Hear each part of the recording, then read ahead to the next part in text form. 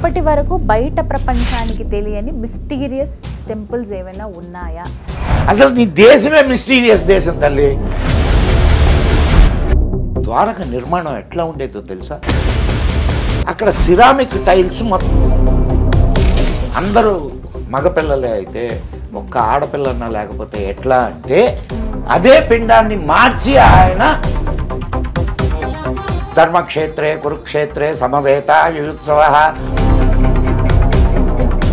ద్వారక ఉందని తెలిస్తే మహాభారతం కరెక్ట్ ఉన్నట్టే కదా. దాని కెపాసిటీ ఎంత ఉంటుందో ఆ లెక్కన ఒక పురం అది. వాట్ ఈస్ అస్త్ర అండ్ వాట్ ఈస్ శస్త్ర? 7 గ్రహాలు 2 ఖండన రేఖలు ఇవన్నీ ఉన్నాయని ఎట్లా కనుక్కున్నారు? వాళ్ళకి ఏ టెక్నాలజీ ఉంది నాకు చెప్పి. ఇప్పుడు ఈ ప్రపంచం మొత్తంలో నాశనం కాకుండా మిగిలి ఉన్నటువంటి ఏకైక జాతి, ఏకైక సంస్కృతి అఖండ భారతదేశం ఎలా ఉండేదండి? భరతవర్షే భరతఖండే మేరోహ దక్షిణ దిగ్భాగే. మరి ఇంతకీ అసలు రావణ లంక ఎక్కడుంది? లేదు. నమస్కారం, వెల్కమ్ టు సుమన్ టీవీ. నేను గీతాంజలి. ఇవాళ నా ముందు ప్రత్యేక అతిథి ఉన్నారండి. వారికి సంబంధించిన వీడియోస్ ఈ మధ్య కాలంలో నేను చూశాను. అసలు మాట్లాడుతున్నంతసేపు కూడా అలా మనం ఆ స్క్రీన్కి అతుక్కుపోతాం అంతే. వారు చెప్పే ప్రతి విషయం నిజమా అని ఆశ్చర్యానికి లోనవుతాము. ఇలా జరిగిందా అని మనకే అనిపించి నిజమే కదా అని మనమే రియలైజ్ అవుతాము. బట్ తెలుసుకోవాలి ఇంకా ఇంకా అనిపిస్తుంది వారు మాట్లాడే ప్రతి ఒక్కటి కూడా. ప్రత్యేకించి పురాణాల్లో అంటే మనం ఏన్షియంట్ హిందూ టెక్నాలజీ ఏ విధంగా ఉండేది, ఇప్పుడు మనం ఏవి వాడుతున్నాం, ఇంతకు ముందు కాలంలో టెక్నాలజీ ఎలా ఉండేది, అసలు మన పురాణాల నుంచి ఇతిహాసాల నుంచి మనం ఏం నేర్చుకోవాలి, ఎలా మన లైఫ్ స్టైల్ ఉండాలి, ఇప్పుడు మనం ఏదో ఈజీగా ఒక మాటలో చెప్పేస్తున్నాం కానీ అప్పటి రోజుల్లో అసలు ఎలా ఉండేవి, ఇవన్నీ కూడా మాట్లాడి లేటెస్ట్ నాకు తెలిసి ఇప్పుడున్న జనరేషన్ వాళ్ళందరికీ కూడా ఆయన ఒక డిక్షనరీ అయిపోయారు, ఆయన ఒక బెస్ట్ బుక్ అయ్యారనే చెప్తాను నేనైతే. వారే ది మదన్ గుప్తా. ప్రస్తుతం నాతో పాటు ఉన్నారు. ఇవాళ కూడా ఇటువంటి చాలా సున్నితంగా ఉన్న అంశాలే కావచ్చు, మన దగ్గర ఉన్నటువంటి కొన్ని సందేహాలే కావచ్చు, వీటన్నిటి గురించి వారి ముందు ప్రశ్నలుగా నేను ఉంచబోతున్నాను. మరి వారు ఎటువంటి సమాధానాలు ఇస్తారు, ఎలా మనల్ని ఇంకా అవేర్నెస్ క్రియేట్ చేస్తారు మనకు అనేది వారి మాటల్లో విని తెలుసుకుందాం. మదన్ గుప్తా గారు నమస్తే అండి. నమస్తే అమ్మా. కైలాష్ గురించి మాట్లాడుతాం కాబట్టి కొన్ని వీడియోస్లో వాటిలో నేను విన్నాను సార్, చూశాను పర్టికులర్గా. కైలాష్ అంటే మనం శివయ్యగా కొలుస్తాం, కొంతమంది ఏమో అది ఏలియన్స్ ఉండే ప్లేస్ అని, లేదు అది ఒక పిరమిడ్ అని కొంతమంది, ఇలా రకరకాలుగా ఎవరి మాట వాళ్ళు ఎవరి వాదన వాళ్ళు వినిపిస్తూ వస్తున్నారు. అసలు అక్కడ ఏముంది అనేది ఒక పెద్ద క్వశ్చన్. పిరమిడా నిజంగా, లేకపోతే మహాశివుడే అక్కడ కొలువై ఉన్నాడా, అదొక కైలాస పర్వతంగా చూడాలా, లేకుంటే అక్కడ ఏలియన్స్ ఉంటాయా, ఏంటి? బౌద్ధులు దాన్ని భక్తిగా కొలుస్తారు, జైనులు భక్తిగా కొలుస్తారు, వైష్ణవులు భక్తిగా కొలుస్తారు, శైవులు భక్తిగా కొలుస్తారు. అండ్ అటు చైనాలో అంటే కమ్యూనిస్టులు తీసేయండిలే, వాళ్ళకి అసలు బుర్రలు ఉండవు అనుకోండి, మామూలుగా చైనా వాళ్ళు దాన్ని భక్తి భావంతో చూస్తారు. ఇందరికీ అది ఒక శ్రద్ధా కేంద్రం, రైట్? ఇప్పుడు మనం ఏలియన్ అని ఎందుకు అనుకుంటున్నారు? అక్కడ ఏలియన్స్ ఉంటాయని ఎందుకు అనుకుంటున్నారు? ఏలియన్స్ చాలా చోట్ల కనిపిస్తుంటాయి, చాలా చాలా చోట్ల కనిపించినట్టుగా మనకు కొన్ని కథనాలు ఇవి విన్నాం. అక్కడ ఇప్పుడు స్వయంగా ఎక్కినటువంటి ఒక పర్వతారోహకుడు వాడిచ్చినటువంటి స్టేట్మెంట్ ఏంటి? ఇక్కడ వయస్సు పెరుగుతున్నది, ముసలితనం వచ్చేస్తుంది అని చెప్పి చెప్పాడు. అంటే ఏంటి? అక్కడ ఒక ఎనర్జీ ఉన్నది, ఆ ఎనర్జీ టైంని నీకు ఇచ్చేస్తున్నది. అర్థమవుతుందా నీకు? ఏజ్ అయిపోతుంది. సో అక్కడున్న ఎనర్జీని నువ్వు ఆరాధిస్తున్నావు. శివుడు దేనికి స్వరూపం? శక్తికే కదా. మరి ఇప్పుడు ఆ శక్తిని నువ్వు ఆ రూపంలో కొలుస్తున్నావు, నువ్వు దాన్ని ఒక శక్తి స్వరూపంగా తీసుకో. నువ్వు అక్కడ వెళ్ళినప్పుడు ఆ కాస్మిక్ ఎనర్జీ ఏదైతే ఉందో దాన్ని నీలోకి తీసుకోవడానికి ప్రయత్నం చేయి. ఇది ముఖ్యంగాని అక్కడ ఏముందో నీకు ఎవరికి తెలియదు. నువ్వు నన్ను ప్రశ్నిస్తే నేను ఏమన్నా ఇక్కడ నేను కళ్ళు మూసుకొని కూర్చొని హాస్టల్ ట్రావెల్ చేసి ఆడకెళ్ళి అంత శక్తి నాకు లేదు కదా తల్లి. సో ఇప్పుడు మీకేమనిపించింది, మీరు విన్నారా ఇలా రకరకాలుగా ఉన్నాయమ్మా, చాలా దాని మీద చాలా కథనాలు ఉన్నాయి. ఎన్ని కథనాలు ఉన్నా ఏమైనా అది ఒక శక్తి కేంద్రం. శక్తి కేంద్రాన్ని ఇప్పుడు నువ్వు ఒక దేవాలయానికి వెళ్ళావమ్మా, అది శక్తి కేంద్రమే. అక్కడ నీకు కాస్మిక్ ఎనర్జీని రిసీవ్ చేసుకోవడమే, అవునా కదా? పాజిటివ్ ఎనర్జీని నువ్వు రిసీవ్ చేసుకోవడమే. ఇది కూడా అటువంటి ప్రదేశమే. వీటన్నిటికంటే ఎక్కువ ఎనర్జీ అక్కడ ఒకే చోట ఇదై ఉన్నది. దానికి రీజన్ ఏంటి, అది చెప్పగలవా? అక్కడే అంత ఎనర్జీ ఉండడానికి భూమండలంలో ఎక్కడా లేనంత శక్తి కైలాస పర్వతం దగ్గర ఎందుకుంది? అది సెంటర్ ఆఫ్ ద మీన్ భూమికి సెంటర్ అని అంటారు దాన్ని. బహుశా దానికి సంబంధించినటువంటి సైంటిఫిక్ పరిశోధనలు ఇప్పటిదాకా ఏమీ జరగలేదమ్మా. ప్రయత్నించిన వాళ్ళు కూడా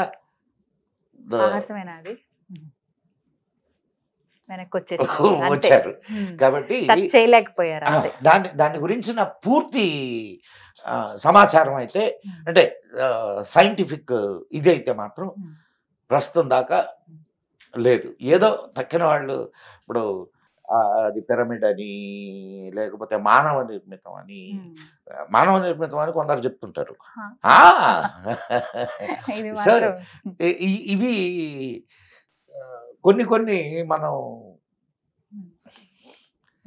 విని మన నమ్మకం ప్రకారం మనం నమస్కారం చేసుకొని ఓం నమ శివాయ అనుకోవడం పోతా ఉంటుంది. కంటిన్యూషన్ అంటే మాలాంటి వాళ్ళకి ఇప్పుడు వచ్చిన ఈ సినిమాల ద్వారా ఈ జనరేషన్ వాళ్ళకి ఎక్కువ తెలిసింది ఏంటంటే కల్కి ఈ సినిమాలో శంబల, ఈ శంబల గురించి చెప్పారండి. నిజంగా కైలాస పర్వతానికి దగ్గరలో శంబల ఉందని, ఇలా ఇప్పటికీ ఇప్పుడు ఆ ప్లేస్ ఉంది, నెక్స్ట్ అంతా అక్కడ ఉండబోతోంది, ఆ సినిమాలో చూపించినట్టే జరుగుతుంది మాక్సిమం అన్నట్టు అన్నారు. నిజమా? అమ్మాయి ఇప్పుడు ఒక సినిమా అమ్మా, అది సినిమాలో అనేక రకాలుగా చూపిస్తుంటారు. ఇప్పుడు ఉందా అండి అసలు ఒక ఫ్యూజన్? ఒక ఇప్పుడు శంబాల అని ఒక ప్రదేశం ఉంది అనేది ఒక మన పురాణ కథనం. ఎందులో రాసింది సార్ శంబాల? నీకు దీంట్లో మన కల్కి పురాణంలో ఉంది. కల్కి పురాణంలో ఉంది. అక్కడే కల్కి పుడతాడు అనేది, విష్ణు యశస్సు అనే ఆయనకు పుడతాడు అనేది. సరే, అయితే ఇంకొక కథనం కూడా ఉంది. ఇప్పుడు యూపీలో గొడవలు జరుగుతున్నాయి కదా, సంబాల్ అని ఇప్పుడు యూపీలో గొడవలు జరుగుతున్నాయి. యూపీలో సంబాల్ అని ఉంది, అది కూడా కల్కి ప్రదేశం అని. కల్కి టెంపుల్ ని నాశనం చేసి అక్కడ మసీదు కట్టారని ఇప్పుడు ఆ గొడవలు అయ్యాయి అక్కడ. సో అయితే నేను చదువుకున్న నా దీని ప్రకారం అటువంటి ప్రదేశం ఒకటి ఉన్నది అక్కడ, కానీ అది మానవ నేత్రాలకు కనిపించేటటువంటిది మాత్రం కాదు, కనపడదు. అది ఇట్స్ ఎ హైడెడ్ ప్లేస్. అక్కడ ఏజ్లెస్ గా ఉండేటటువంటి వాళ్ళు అనేక మంది అక్కడ, అంటే ఋషులు తపస్సు చేస్తూ ఉంటారు. వాళ్ళకి ఇప్పుడు ఉంది అంటే, కానీ మనకు మాత్రం కనిపించదు. మనం అక్కడికి చేరుకోవాలంటే యుగాంతం అవ్వాల్సి అంటారా? యుగాంతం కాదు, అక్కడికి వెళ్ళే వాళ్ళు ఉన్నారు కానీ వాళ్ళు చెప్పరు. వెళ్ళేవాళ్ళు ఉన్నారు, వెళ్ళి వచ్చిన వాళ్ళు ఉన్నారు. కొన్ని సంఘటనలు ఉన్నాయి. కాశీలో ఒక స్వామీజీ, అంటే ఆయన అక్కడ ఒక టెక్నిక్ ని నేర్చుకొని వచ్చాడు. ఇది సూర్యశక్తిని నీకు మెటీరియల్ గా మార్చడం. ఆయన లైఫ్ లో అది నేర్చుకొని వచ్చాడు. అట్లా ఉన్నారు కొంతమంది. మేము వెళ్ళొచ్చామని చెప్తున్నారు, కానీ ఇప్పుడు నేను వెళ్ళొచ్చానమ్మా, నేను వెళ్ళొచ్చాను. మీరు అది చెప్తే మేము నమ్మాలి కదా అనేది ఒక పాయింట్. ఇప్పుడు ఇక్కడ హైదరాబాద్ లో ఉండేవాళ్ళు కూడా కొంతమంది చెప్తున్నారు, నేను అక్కడికి వెళ్ళొచ్చాను. ఓం నమ శివాయ. శంబాలా ఉంది. అయితే కలియుగం గురించి పాయింట్ వచ్చినప్పుడు అండి, మరికొద్ది రోజుల్లో లేదా మరికొన్ని సంవత్సరాల్లో యుగాంతం అవుతుందండి. 12 నుంచి చూసుకుంటే 2012 ఇక మాక్సిమం అంతా అయిపోతుందని. ఆ అమ్మాయి, తర్వాత మళ్ళీ ఇప్పటికి నీకు అంటే నీ వయసు ఎంతో నాకు తెలియదు. ఆడపిల్లల వయసు అడగకూడదు అంటారు. అడగండి సార్. మగవాడి సంపాదన ఆడపిల్ల వయసు అడగకూడదు అంటారు. డాక్టర్ వేదవ్యాస అని ఉండేవారు, ఐఏఎస్ ఆఫీసర్. ఆయన రిటైర్డ్. ఆయన 2000కే ప్రపంచం అంతమైపోతుంది. 2000 అయిపోయింది. తర్వాత మీకు జ్ఞాపకం ఉందో లేదో, నువ్వు అప్పటికి పుట్టావో లేదో తెలియదు నాకు, స్కైలాబ్ పడుతుందని చెప్పి అంతమైపోతుంది అని కోళ్ళు కోసుకున్నారు, మందు తాగేవాళ్ళు మందు తాగారు, ఇంకా జలసాలు చేసుకున్నారు, పోతారని గట్టిగా నమ్మారు. నేను ఈ మధ్య ఒక పేరు కూడా చూసా, స్కైలాబ్ రెడ్డి అని. ఇక్కడ మన రాజకీయ నాయకుడు ఒక ఆయన ఉన్నారు, స్కైలాబ్ రెడ్డి అని. బహుశా ఆ టైంలో పుట్టినవాడు కాబట్టి ఆయనకి ఏమన్నా ఆ పేరు పెట్టారేమో తెలియదు నాకు. సో అంతమైతే ఏది అంతం చెప్పు నాకు. పూర్తిగా ఇంకా అందులో మనుషులు ఎవరు ఉండరు, పూర్తిగా అంతమైపోతుంది. ఇప్పుడు నీకు ఒక చిన్న ఇది చెప్తాను.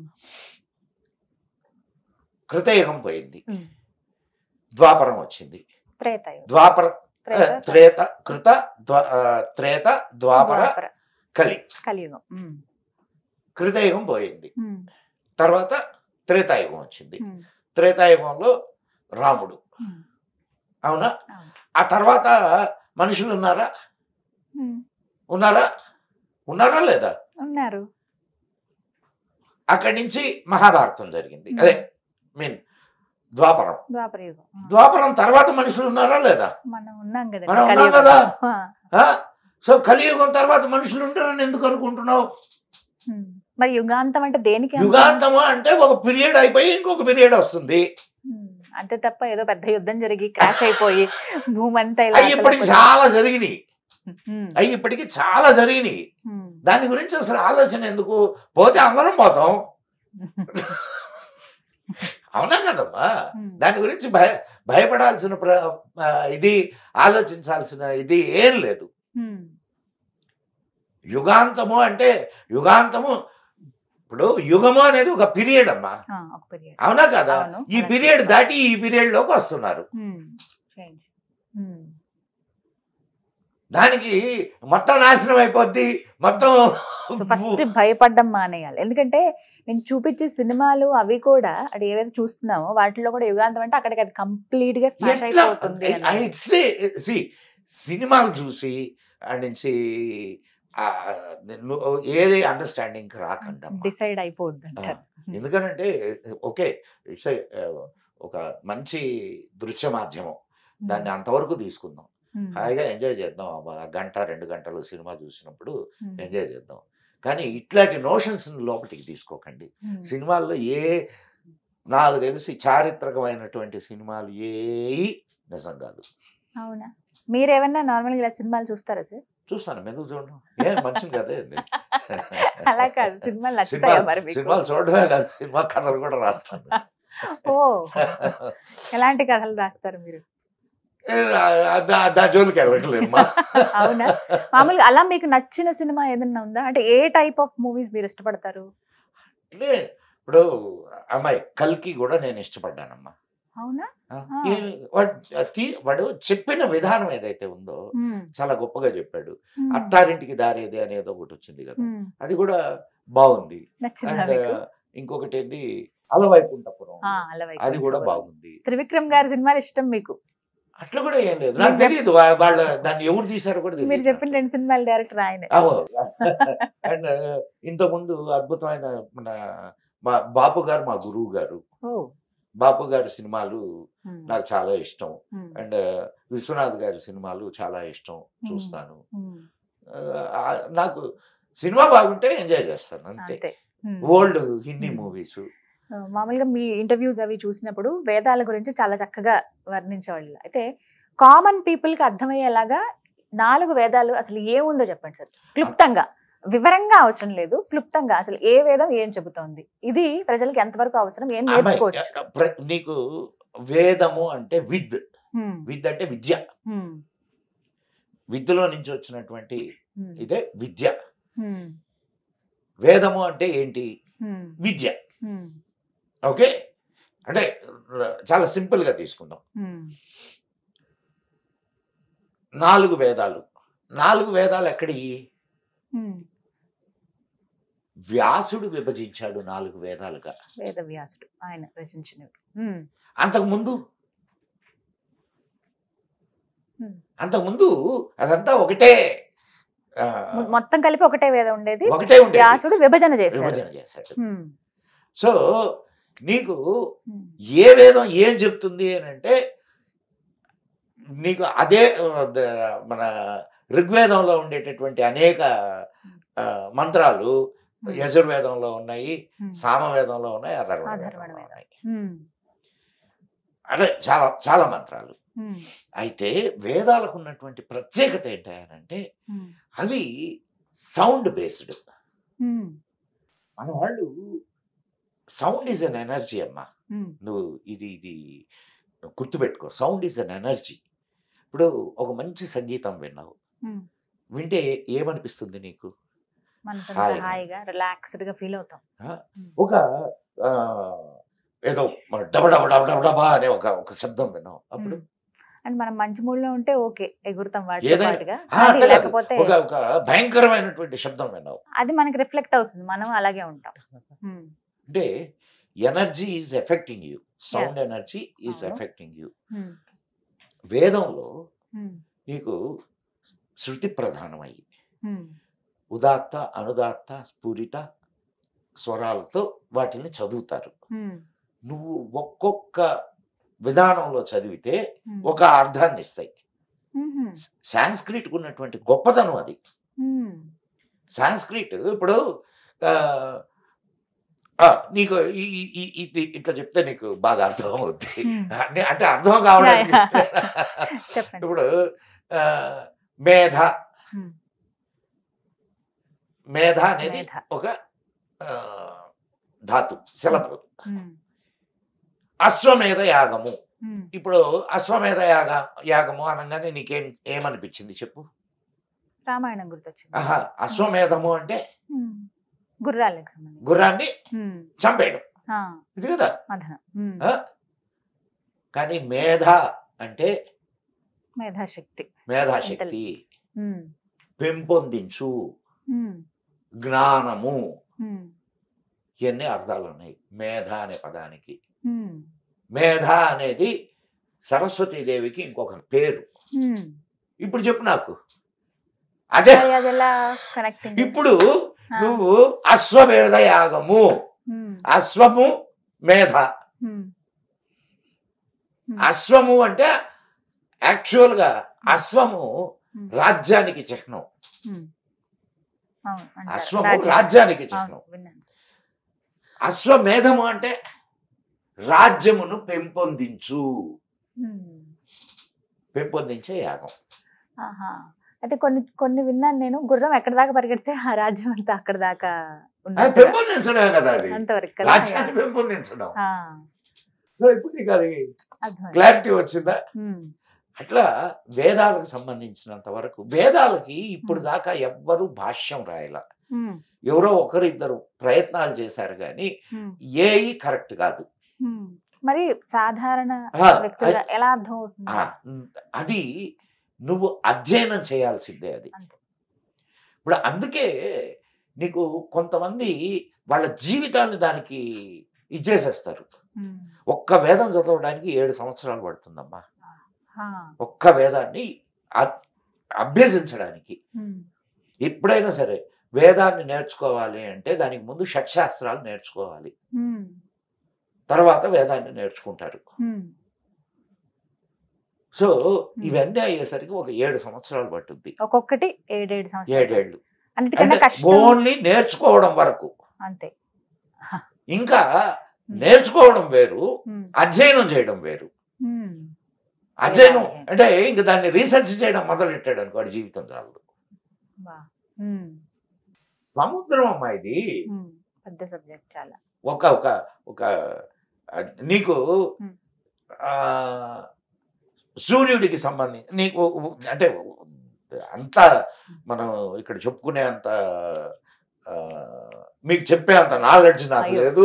అండ్ కాదు కాదు, నీకు ఉదాహరణకు మాత్రం చిన్న ఏం చెప్తాను. సూర్యుడికి సప్తవర్ణాలు, సూర్యుడి నుంచి సప్తవర్ణాల వెలుగులు వస్తున్నాయి. ఇది సైన్సా కాదా? సూర్యుడి కిరణాలతో 7 రంగులు ఉంటాయనేది సైన్స్ కదా.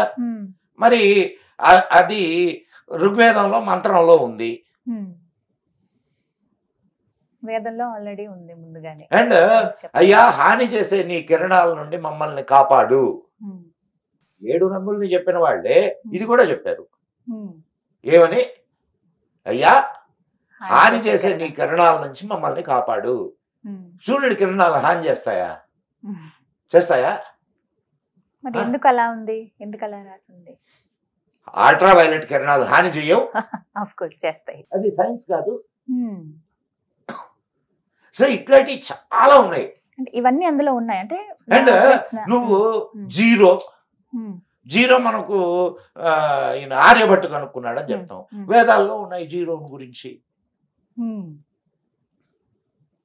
ఇప్పుడు మన ఎందుకు ఉపనిషత్తుల్లో పూర్ణాత్ పూర్ణముదచ్యతే పూర్ణస్య పూర్ణమాదాయ పూర్ణమేవావశిష్యతే, పూర్ణము శూన్యము ఏది కరెక్ట్ చెప్పు? పూర్ణం అన్నా మనకి ఇలాగే అనిపిస్తుంది. అంటే కంప్లీట్ పూర్ణం అంటే, శూన్యం అంటే ఏమీ లేదు అని కదా. కంప్లీట్. సో 2 జీరోలే. పాజిటివ్ గా ఆలోచిస్తే పూర్ణము, నెగిటివ్ గా ఆలోచిస్తే శూన్యం. అంటే ఆ వేదాల్లో ఉన్నటువంటి ఆ సంస్కృతి అదంతా కామన్ పీపుల్ ఎవరైతే ఉన్నారో వాళ్ళకి అర్థం కాదు కాబట్టి సరళ భాషలో చాలా మందికి దగ్గర చేసే ప్రయత్నం చేశారు. కానీ అవి అంటే చాలా మంది రాశారు. అంటే అవి ఎంతవరకు సక్సెస్? అదే ఎందుకు సక్సెస్ కాలేకపోతున్నారు? కారణం ఏంటంటే నీకు అధ్యయనం చేసి నీకు నువ్వు దాన్ని జీర్ణం చేసుకోగలిగినటువంటి ఇదే తప్ప, అది నువ్వు ఒక అర్థాన్ని చెప్తే దానికి ఇంకొక అర్థం కూడా ఉంటది. ఏ అర్థాన్ని తీసుకోవాలి? సో అందుకని వాటికి అర్థాల జోలికి పోవాల, అధ్యయనం జోలికి పోయారు. ఇప్పుడు అనేక శాస్త్రాలు మనకి, ఇది ఈ జ్యోతిష్యము అంటే ఖగోళ శాస్త్రం, జ్యోతిష్ శాస్త్రము అంటారు దాన్ని. జ్యోతిష్ శాస్త్రం నీకు దాని ఉపవేదం, దాంట్లో నుంచి వచ్చిందే అది. మరి ఇందాక అనుకున్నాం కదా, ఇవన్నీ ఈ గ్రహాల ఇదంతా మేము వేదాల నుంచే తీసుకున్నామని చెప్తున్నారు వాళ్ళు రాసినటువంటి శాస్త్రం. మరి ఇప్పుడు అవి వేదాల్లో ఉన్నట్ట కాదా? ఉన్నాయనే కదండి. వాళ్ళకి అది అందింది, ఇంకొకళ్ళకి ఇంకొకటి అందింది. వేదాలలో నావల గురించి నేను రాసున్నా, నేను ఒక ఎపిసోడ్ చేశా, నాకు అది అందింది, అది తెలిసింది నాకు. ఇది వేదాల్లో నావలు ఉన్నాయని, అంటే నా యాంగిల్. సో అనంతంగా ఉంటుంది, మనకి ఏది మనం సెర్చ్ చేస్తే అది దొరుకుతుంది వేదాల్లో. జ్ఞానము పారామీటర్ ఉందా? దానికి ఎందుకు ఉంటుందండి, ఒక్కొక్కరికి ఒక్కొక్కలా ఉంటుంది. ఎంత ఉంటది? ఎంత ఉందా? ఎంత ఉందా? ఎంత ఉంది జ్ఞానము? అది చెప్పలేం కదా. జ్ఞానము అనేది ఎంతో, వేదము అనేది కూడా అంతే. వేదాల్లో వేదము జ్ఞానము కాబట్టి అర్థమైందా? సో అనంతమైనటువంటి విజ్ఞానం అది. అనంతమైన విజ్ఞానాన్ని మనకు ఓపిక, ఇప్పుడు దాన్ని ఏమంటారంటే ఇక్షు సముద్రం. ఇక్షు సముద్రం అంటే చెరుకు రసం సముద్రం. ఇక్షు అంటే చెరుకు, ఇక్షు సముద్రం. దాంట్లో నీ కడుపు పట్టినంతే తాగగలవు తప్ప అంతకు మించి చేయలేగా. సో ఇక్కడ జ్ఞానంలో కూడా నీ శక్తిని బట్టే మాత్రమే నువ్వు దాన్ని గ్రహించగలవు, ఏదైనా కానీ. అవునా కాదు? చేయలేము. సో వేదాలకు సంబంధించినంత వరకు మనం ఎంతవరకు దాన్ని అంటే కామన్ పీపుల్ వేదాలను చదవటం కానీ అవి అభ్యసించడం అవుతుందా అండి కేవలం? చూడమ్మా, వేదాలని దర్శించినటువంటి ఋషుల్లో చాలా మంది కామన్ పీపులే. అంటే కామన్ పీపుల్ అన్కామన్ పీపుల్ అయ్యారు. వేదం చెప్పేది ఏమిటి? మనిషి కావడం ముందు. మనిషి కావాలా, మనిషి మహనీయుడు కావాలా, తర్వాత స్టెప్ మనిషి మహాత్ముడు కావాలా, ఆ తర్వాత మనిషి దేవుడు కావాలా. ఇది వేదం చెప్తుంది. ఈ 4 వేదాల్లో ఉన్నది ఇదే. సో మంచి అది ఎలా అర్థం చేసుకుంటారనే దాన్ని బట్టి ఉంటుంది. మీరు అన్నారు కామన్ పీపులే అభ్యసించారు అని, బట్ ఇవాళ ఎవరైనా ఇప్పుడు నువ్వు ఏమి తెలియనప్పుడు ఒక కామన్ గర్ల్ కొంత తెలిసింది, లిటిల్ ఇంటెలెక్చువల్ గర్ల్ ఇంకొంచెం తెలిసింది, షీఈస్ అన్ ఇంటలెక్చువల్. అవునా కదా? నువ్వేగా కామన్ గర్లే కదా. బట్టి సో ఇలా ఉంటుంది అనమాట. బట్ ఇంకా పూర్తిగా మాట్లాడదాం వీటి గురించి ముందు ఎపిసోడ్స్ లో. అసలు ఏంటి, ఏ వేదం ఏం చెబుతోంది, ఎందుకు మనం అది చదవాలని కానీ ఎందుకు అభ్యసించాలి, దాని ద్వారా ఏం నేర్చుకోవచ్చు అని చాలా చక్కగా చెప్పారు sir. Thank you so much for your time. నమస్కారం. ఓం నమః శివాయ.